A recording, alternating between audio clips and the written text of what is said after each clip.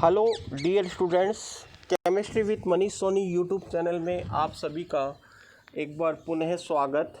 आज इस वीडियो में हम क्लास 12 के चैप्टर नंबर 5, चैप्टर का नाम है पृष्ठ रसायन या सरफेस केमिस्ट्री के लेक्चर नंबर 3 की शुरुआत करने जा रहे हैं।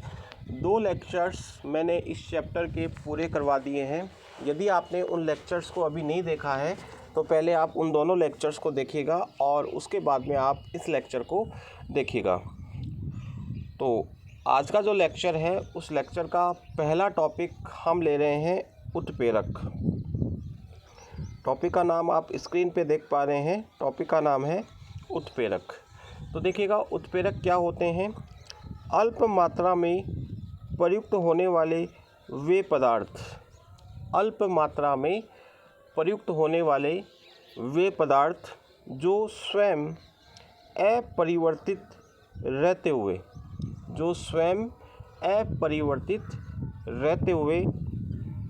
अभिक्रिया के वेग को परिवर्तित कर देते हैं, उत्प्रेरक कहलाते हैं। उत्प्रेरक क्या होते हैं? अल्प मात्रा में प्रयुक्त होने वाले वे पदार्थ जो स्वयं अपरिवर्तित रहते हुए, ध्यान रखिएगा, जो उत्प्रेरक होते हैं वो स्वयं क्या रहते हैं? अपरिवर्तित रहते हैं और अभिक्रिया के वेग को क्या कर देते हैं? परिवर्तित कर देते हैं। परिवर्तित करने का मतलब या तो अभिक्रिया के वेग को बढ़ा देते हैं या अभिक्रिया के वेग को घटा देते हैं, उत्प्रेरक कहलाते हैं। अब यहाँ पर एक बात आई कि उत्प्रेरक जो होते हैं वो स्वयं अपरिवर्तित रहते हैं। तो अपरिवर्तित रहने का मतलब है कि उत्प्रेरक जो होते हैं किसी रासायनिक अभिक्रिया के संपन्न होने के पश्चात, किसी रासायनिक अभिक्रिया के संपन्न होने के पश्चात हमें वापस से वैसे के वैसे प्राप्त हो जाते हैं। ना तो उनके द्रव्यमान में कोई परिवर्तन आता है, ना ही उनके संगठन में कोई परिवर्तन आता है। अर्थात हम कह सकते हैं कि उत्प्रेरक द्रव्यमान और संगठन की दृष्टि से अपरिवर्तित रहते हैं। तो ध्यान रखिएगा, यहाँ पर जो अपरिवर्तित रहने का मतलब है वो है द्रव्यमान और संगठन की दृष्टि से अपरिवर्तित रहना। तो इसको आप ऐड भी कर सकते हैं परिभाषा में। तो बताओ उत्प्रेरक की परिभाषा क्या होगी? अल्प मात्रा में प्रयुक्त होने वाले वे पदार्थ जो स्वयं द्रव्यमान एवं संगठन की दृष्टि से अपरिवर्तित रहते हुए किसी रासायनिक अभिक्रिया के वेग को परिवर्तित कर देते हैं। परिवर्तित करने का मतलब या तो अभिक्रिया के वेग को बढ़ा देते हैं या घटा देते हैं, क्या कहलाते हैं? उत्प्रेरक कहलाते हैं। उत्प्रेरक निम्न प्रकार के होते हैं। नंबर 1, धनात्मक उत्प्रेरक। वे पदार्थ जो रासायनिक अभिक्रिया के वेग को बढ़ा देते हैं, उत्प्रेरक धनात्मक उत्प्रेरक कहलाते हैं। वे पदार्थ या वे उत्प्रेरक जो रासायनिक अभिक्रिया के वेग को बढ़ा देते हैं, धनात्मक उत्प्रेरक कहलाते हैं। यहाँ पर धनात्मक जो शब्द है वो अभिक्रिया के वेग को बढ़ाने से संबंधित है। तो बताओ धनात्मक उत्प्रेरक क्या होते हैं? वे पदार्थ या वे उत्प्रेरक जो रासायनिक अभिक्रिया के वेग को क्या कर देते हैं? बढ़ा देते हैं। जैसे 2 एग्जाम्पल इसके यहाँ पर दे रखे हैं। पहला एग्जाम्पल है, देखिएगा, पोटेशियम क्लोरेट को जब गर्म किया जाता है, पोटेशियम क्लोरेट को जब गर्म किया जाता है तो potassium chloride plus oxygen gas बनती है। और ये जो समीकरण है, ये जो अभिक्रिया है, वो ऑक्सीजन गैस को बनाने की प्रयोगशाला विधि की अभिक्रिया है। अब जब आप पोटेशियम क्लोरेट को गर्म करोगे तो ऑक्सीजन गैस बनने की जो दर होगी, ऑक्सीजन गैस बनने का जो वेग होगा वो बहुत कम होता है। इसलिए हम क्या करते हैं, इसके अंदर MnO2 मिला देते हैं। MnO2 क्या करता है? इस अभिक्रिया के वेग को बढ़ा देता है। तो यहाँ पर MnO2 किसकी तरह कार्य कर रहा है? उत्प्रेरक की तरह। MnO2 मिलाने के पश्चात अब ऑक्सीजन गैस के बनने का जो वेग होगा वो बढ़ जाएगा। तो बताओ, KClO3 को गर्म करने पर KCl प्लस ऑक्सीजन गैस बनती है और इस अभिक्रिया में उत्प्रेरक के रूप में क्या काम में लिया जाता है? MnO2। अभिक्रिया को संतुलित करने के लिए यहाँ पे 2 लगा दो और यहाँ पर भी 2 लगा दो। तो आप देख पा रहे हैं इस अभिक्रिया में जो MnO2 है वो उत्प्रेरक की तरह क्या कर रहा है? कार्य कर रहा है। ठीक है। दूसरा एग्जाम्पल है C2H4 plus H2 is equal to C2H6 और इस अभिक्रिया में उत्प्रेरक की तरह निकल धातु का उपयोग किया जाता है। एथीन का हाइड्रोजनीकरण है ये। एथीन का क्या है? हाइड्रोजनीकरण। Ethene plus hydrogen gas is equal to ethane और इस अभिक्रिया में उत्प्रेरक के रूप में कौन सी धातु प्रयुक्त होती है? निकल धातु। अब हम बात करेंगे ऋणात्मक उत्प्रेरक की। ऋणात्मक उत्प्रेरक वे पदार्थ जो रासायनिक अभिक्रिया के वेग को कम कर देते हैं। वे पदार्थ जो रासायनिक अभिक्रिया के वेग को कम कर देते हैं ऋणात्मक उत्प्रेरक कहलाते हैं। जैसे H2O2 का जब विघटन होता है तो H2O प्लस O2 गैस बनती है। H2O2 का मतलब होता है हाइड्रोजन पेरोक्साइड। हाइड्रोजन पेरोक्साइड के विघटन से जल प्लस ऑक्सीजन गैस का निर्माण होता है। अब हम चाहते हैं कि हाइड्रोजन पेरोक्साइड का विघटन जो है उसका वेग क्या हो जाए? कम हो जाए। देखिएगा होता क्या है, मार्केट से हम हाइड्रोजन पेरोक्साइड जब खरीद के लाते हैं तो काफ़ी महंगा आता है ये। अब हमने क्या किया, उसको प्रयोगशाला में रख दिया, यूज़ में लिया नहीं, तो कुछ समय के पश्चात वो क्या हो जाएगा? विघटित होकर के जल में परिवर्तित हो जाएगा और साथ में कौन सी गैस बनाएगा? Oxygen gas.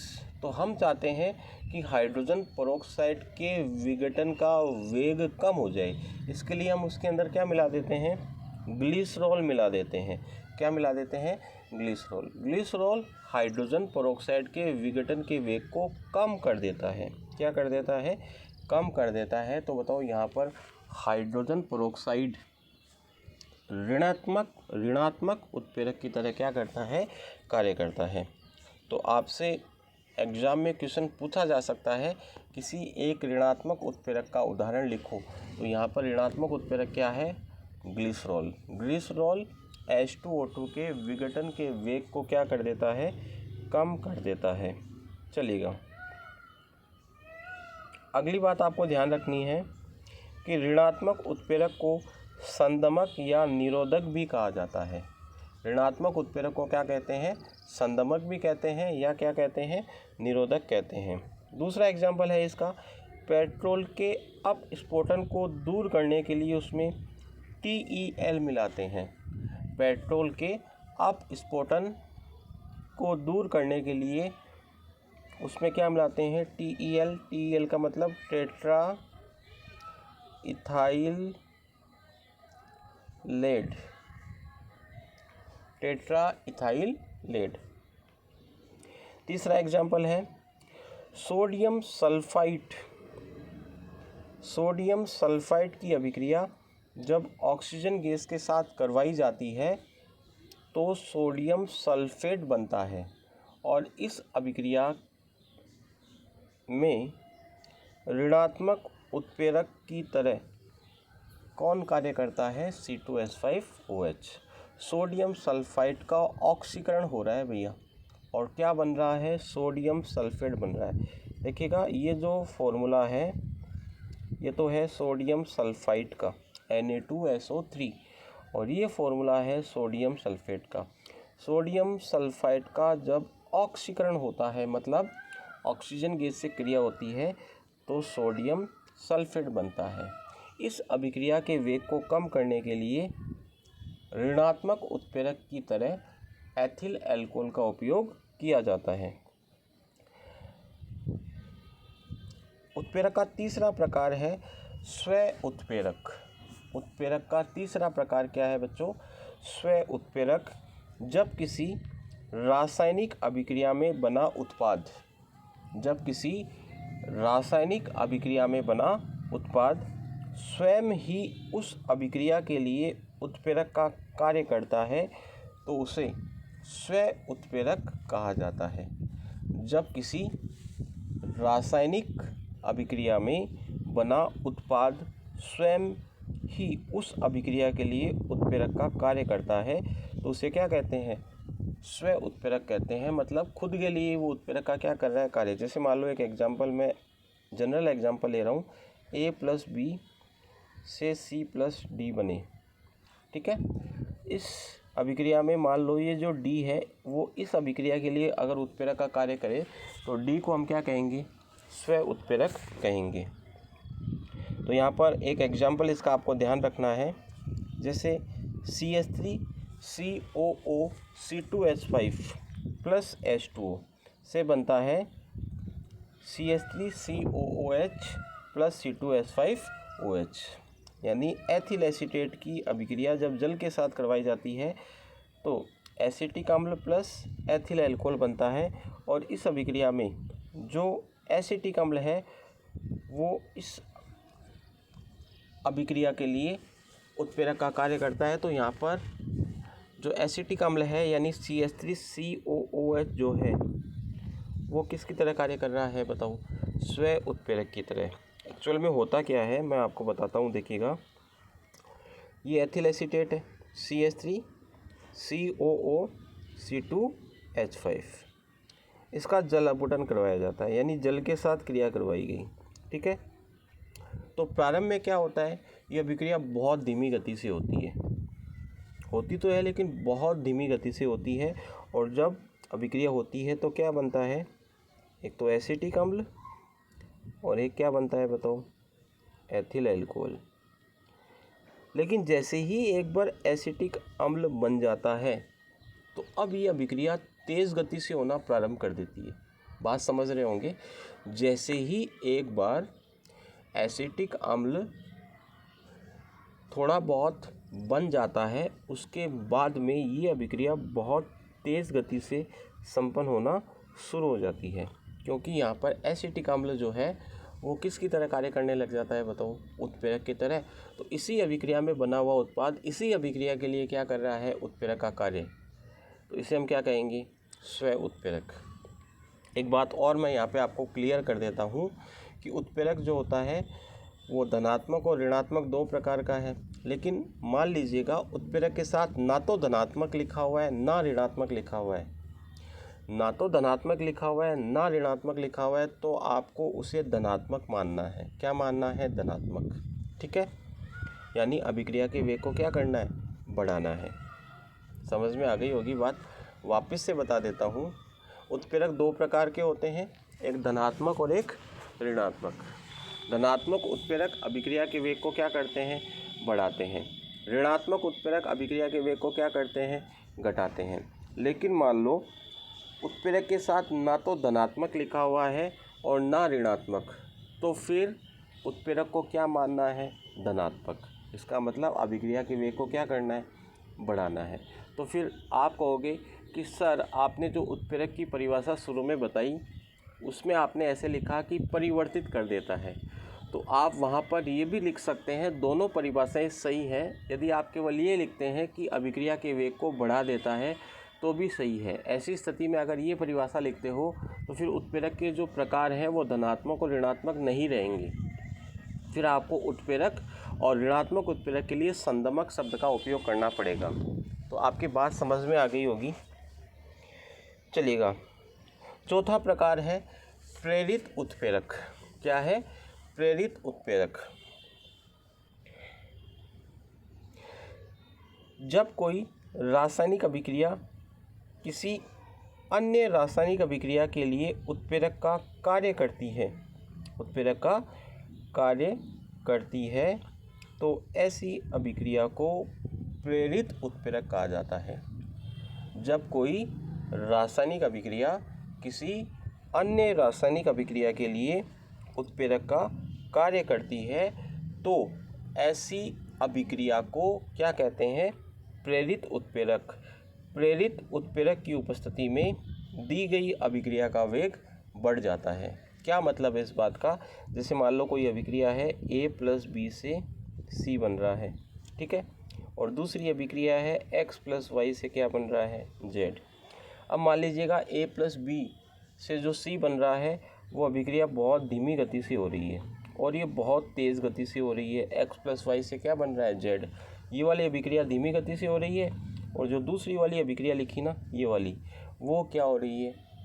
बहुत तेज़ गति से। पहली अभिक्रिया धीमी गति से, दूसरी अभिक्रिया तेज़ गति से। अब इन दोनों अभिक्रियाओं को यदि एक साथ करवा दिया जाए तो जो धीमी अभिक्रिया अगर वो तेज़ हो जाए तो ये जो दूसरी वाली अभिक्रिया है वो पहली वाली अभिक्रिया के लिए किसका कार्य करेगी? प्रेरित उत्प्रेरक का। जैसे मान लो एक बच्चा है, वो बिल्कुल भी नहीं पढ़ता है या पढ़ने में कमज़ोर है और दूसरा बच्चा पढ़ने में बहुत ज़्यादा होशियार है। अब क्या किया? जो कमज़ोर बच्चा है ना, उसको जो होशियार बच्चा है उसके साथ बिठा दिया कि तू इसके साथ रहा कर, पढ़ा कर। तो उसको देखते हुए अब वो भी पढ़ने लग गया जो नहीं पढ़ रहा था। तो बताओ, अब जो होशियार वाला बच्चा है ना, वो कमज़ोर वाले बच्चे के लिए प्रेरित उत्प्रेरक का क्या कर रहा है? कार्य कर रहा है। मतलब उसने उसको क्या कर दिया? प्रेरित कर दिया, या फिर वो उसको देख करके क्या हो गया? प्रेरित हो गया। तो इसका एग्जाम्पल हम ले लेते हैं। देखिएगा, Na2SO3 sodium sulphide plus oxygen gas से बनता है सोडियम सल्फेट। सोडियम सल्फाइड के ऑक्सीकरण से क्या बनता है? Sodium sulphate. ये अभिक्रिया बहुत तीव्र गति से होती है। यह अभिक्रिया बहुत तीव्र गति से होती है। और दूसरी अभिक्रिया है Na3ASO3 Na3ASO3 प्लस ऑक्सीजन। ये अभिक्रिया होती नहीं है, नो रिएक्शन। नो रिएक्शन का मतलब अभिक्रिया नहीं होती। यानी सोडियम सल्फाइड का तो ऑक्सीकरण तेज़ गति से होता है और सोडियम आर्सेनेट का ऑक्सीकरण होता ही नहीं है। अब क्या किया? दोनों अभिक्रियाओं को एक साथ करवा दिया। मतलब सोडियम सल्फाइड भी ले लिया और सोडियम आर्सेनेट भी ले लिया और ऑक्सीजन के साथ क्रिया करवा दी। तो अब देखो, सोडियम सल्फाइड का भी ऑक्सीकरण हो गया और Na2ASO3 का भी क्या हो गया? ऑक्सीकरण। एक तो बन गया Na2SO4 और एक बन गया Na3ASO4। तो ये जो पहली अभिक्रिया है ना, वो दूसरी अभिक्रिया के लिए किसका कार्य कर रही है? प्रेरित उत्प्रेरक का। अब हम बात करेंगे उत्प्रेरक विष की। उत्प्रेरक विष वे पदार्थ जो अभिक्रिया के लिए उत्प्रेरक की सक्रियता को कम कर देते हैं। वे पदार्थ जो अभिक्रिया के लिए उत्प्रेरक की सक्रियता को क्या कर देते हैं? कम कर देते हैं, उत्प्रेरक विष कहलाते हैं। देखिएगा क्या मतलब है इस बात का। मान लीजिएगा कोई अभिक्रिया है A + B से C बन रहा है। ये अभिक्रिया बहुत धीमी गति से हो रही थी, बहुत ही धीमी गति से। हमने क्या कर दिया? इसके अंदर कोई उत्प्रेरक मिला दिया Y, ठीक है। अब ये अभिक्रिया बहुत तेज़ गति से होने लग गई। इतनी ज़्यादा तेज़ गति से होने लग गई जितना तेज़ गति हम नहीं चाहते थे। इतनी तेज़ गति से अभिक्रिया होने लग गई जितनी तेज़ गति हम नहीं चाहते थे। हम चाहते तो थे कि अभिक्रिया का वेग तो बढ़े, लेकिन इस अभिक्रिया का वेग जितना हम चाहते थे उससे ज़्यादा बढ़ गया। तो हमने क्या किया? अब इसके अंदर एक और पदार्थ मिलाया, मान लीजिएगा P। तो अब क्या हुआ कि अभिक्रिया का वेग जो बहुत ज़्यादा बढ़ा था अब वो थोड़ा कम हो गया। इसका मतलब अब अभिक्रिया का वेग तो बढ़ा लेकिन उतना नहीं बढ़ा जितना हम नहीं चाहते थे। तो इसका मतलब ये जो P है ना, P वो Y के लिए उत्प्रेरक विष का कार्य कर रहा है। इसका मतलब P ने Y की सक्रियता को क्या कर दिया? कम कर दिया। ठीक है, तो आपकी बात समझ में आ गई होगी। जैसे एक एग्जांपल लेते हैं जो आपको याद रखना है। RCOCl प्लस H2 से बनता है RCHO प्लस H2। इस अभिक्रिया में पैलेडियम धातु है ना, वो उत्प्रेरक का कार्य करती है। किसका कार्य करती है? उत्प्रेरक का। और BaSO4 जो होता है वो पैलेडियम के लिए क्या है, विष है। पैलेडियम के लिए क्या है, विष है। तो बताओ यहाँ पर उत्प्रेरक विष की तरह कौन कार्य कर रहा है, BaSO4 यानी बेरियम सल्फेट। एक्चुअल में क्या है देखिएगा, ये जो RCOCl है एसिड क्लोराइड होता है, इसका जब अपचयन किया जाता है कौन सी धातु की उपस्थिति में, पैलेडियम धातु की उपस्थिति में, तो पहले एल्डिहाइड बनता है। क्या बनता है, एल्डिहाइड। और एल्डिहाइड का फिर अपचयन हो जाता है, क्योंकि पैलेडियम धातु की उपस्थिति में अभिक्रिया का वेग इतना ज़्यादा बढ़ जाता है कि पहले तो एल्डिहाइड बनता है और फिर एल्डिहाइड का फिर अपचयन होकर क्या बन जाता है, एल्कोहल। इस अभिक्रिया को रोजेंड-मूड अभिक्रिया कहा जाता है, जो आप ऑर्गेनिक केमिस्ट्री में पढ़ोगे। अब हम चाहते थे कि अभिक्रिया जो है वो RCHO पर स्टॉप हो जाए, मतलब RCOCl के अपचयन से RCHO ही बने, आगे ये अभिक्रिया नहीं हो। तो इसके लिए हम इसके अंदर क्या करते हैं, बेरियम सल्फेट मिला देते हैं। बेरियम सल्फेट से क्या होता है, अभिक्रिया RCHO पे स्टॉप हो जाती है। बेरियम सल्फेट पैलेडियम के लिए किसका कार्य करता है बताओ, उत्प्रेरक विष का। तो आपके बात समझ में आ गई होगी। उत्प्रेरक विष क्या है, परिभाषा याद रखेंगे और इसका एग्जाम्पल याद रखेंगे।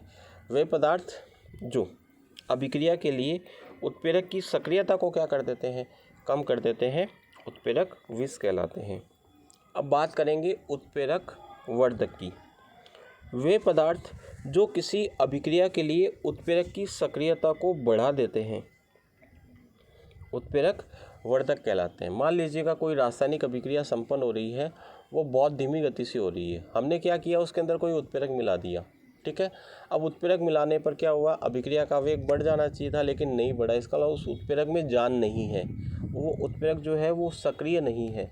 तो हमने अब क्या किया, उसके अंदर एक और कोई पदार्थ मिलाया, उस पदार्थ ने क्या किया, उत्प्रेरक की सक्रियता को बढ़ा दिया। अब वो अभिक्रिया क्या हो गई, फास्ट हो गई। तो अब जो हमने पदार्थ मिलाया ना, जिसने उत्प्रेरक की सक्रियता को बढ़ाया, उस पदार्थ को हम क्या कहेंगे, उत्प्रेरक वर्धक। जैसे नाइट्रोजन और हाइड्रोजन की क्रिया से अमोनिया गैस बनती है, N2 + 3H2 = 2NH3 प्लस ये उष्मा का मान है। इस अभिक्रिया में उत्प्रेरक Fe है और MO किसकी तरह कार्य कर रहा है, वर्धक की तरह। और ये जो MO है ना, वो Fe के लिए उत्प्रेरक वर्धक है। किसके लिए वर्धक है, Fe के लिए।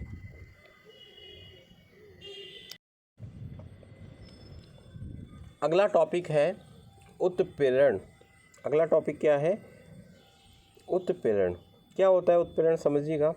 वह प्रक्रम जिसमें उत्प्रेरक की सहायता से अभिक्रिया के वेग में परिवर्तन होता है क्या कहलाता है, उत्प्रेरण कहलाता है।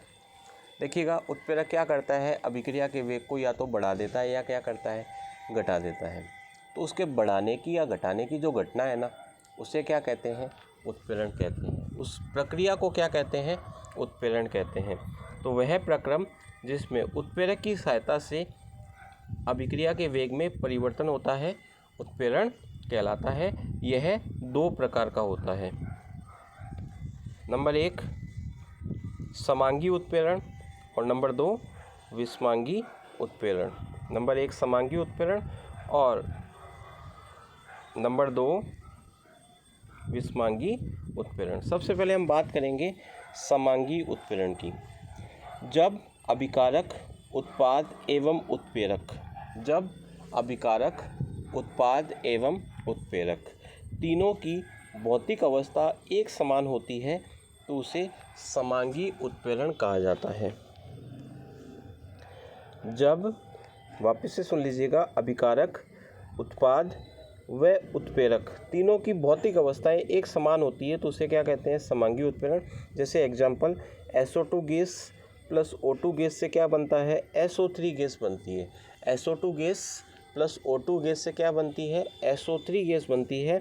और उत्प्रेरक क्या है बताओ, NO गैस। तो देखो, अभिकारक की भौतिक प्रावस्था गैस है, उत्पाद की भौतिक प्रावस्था भी गैस है और उत्प्रेरक की भौतिक प्रावस्था भी क्या है, गैस। तो बताओ ये उत्प्रेरण कैसा हो गया, समांगी। NO gas plus O2 gas से क्या बनता है बताओ, NO2 गैस बनती है। और इसमें उत्प्रेरक कौन है, NO गैस। तो बताओ अभिकारक गैस, उत्पाद गैस और उत्प्रेरक भी कौन सी अवस्था में है, गैस अवस्था में। तो ये उत्प्रेरण भी कैसा हो गया, समांगी। तीसरा एग्जाम्पल है CH3COO C2H5L H2OL से बनता है CH3COOHL और H2OL, और इस अभिक्रिया में उत्प्रेरक जो है वो क्या है, H2SO4।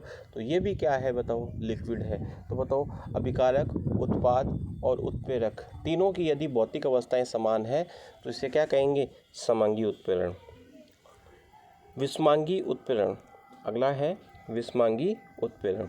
जब उत्प्रेरक की भौतिक अवस्था अभिकारक व उत्पाद से भिन्न हो, जब उत्प्रेरक की भौतिक अवस्था अभिकारक व उत्पाद से क्या हो, भिन्न हो, तो उसे क्या कहते हैं, विषमांगी उत्प्रेरण कहते हैं। जैसे N2 gas plus H2 gas से क्या बन रहा है, अमोनिया गैस। तो ये गैस, लेकिन जो उत्प्रेरक है वो कौन सी अवस्था में बताओ, ठोस अवस्था में।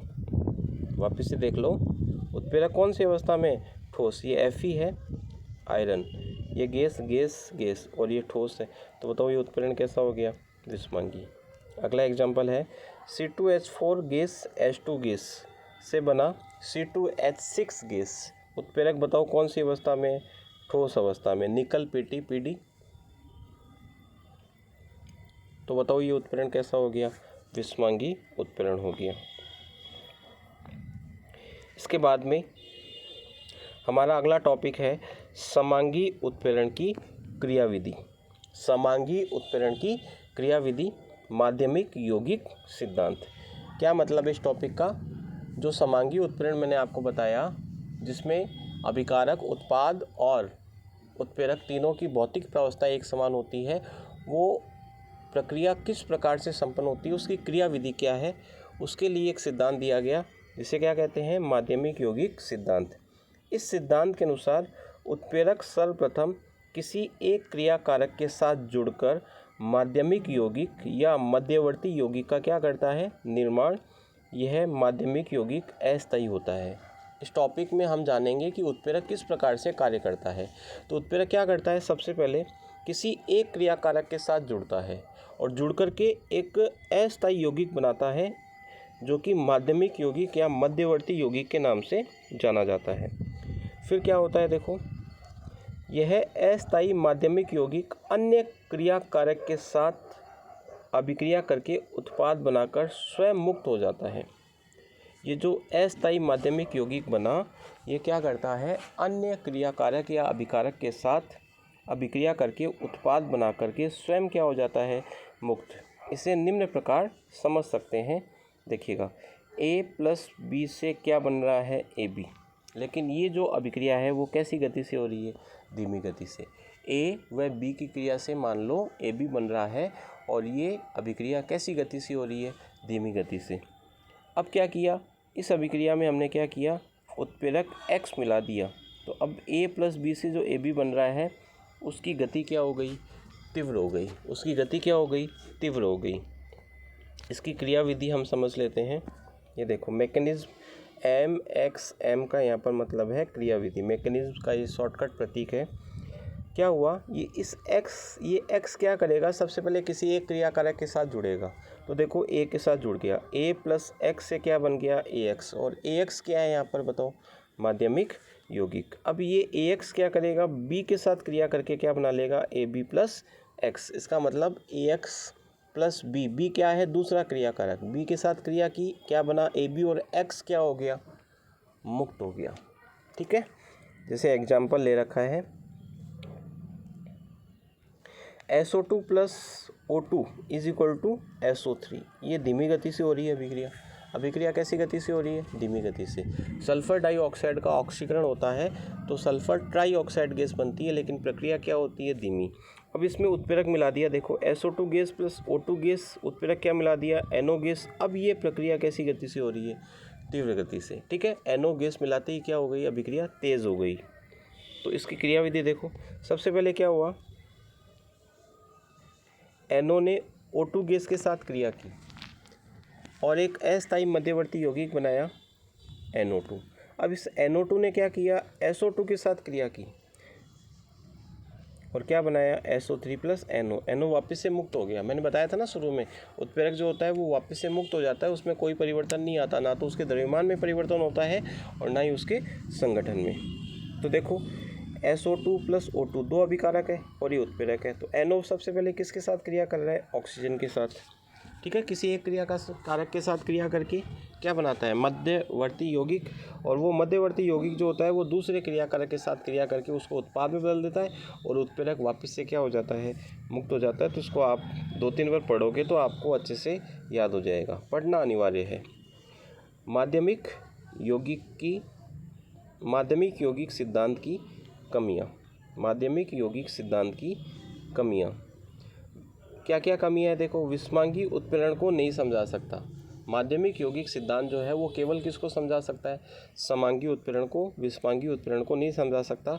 उत्प्रेरक, वर्धक व विष की क्रियाविधि नहीं समझा सकता।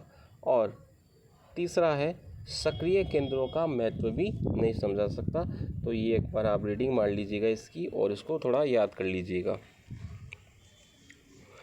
अगला टॉपिक है विषमांगी उत्प्रेरण का अधिशोषण सिद्धांत। देखो, समांगी उत्प्रेरण को तो माध्यमिक यौगिक सिद्धांत के द्वारा समझाया गया, माध्यमिक यौगिक सिद्धांत के द्वारा समझाया गया, और विषमांगी उत्प्रेरण को अधिशोषण सिद्धांत के द्वारा समझाया गया। देखिएगा क्या होता है, ये सिद्धांत क्या है।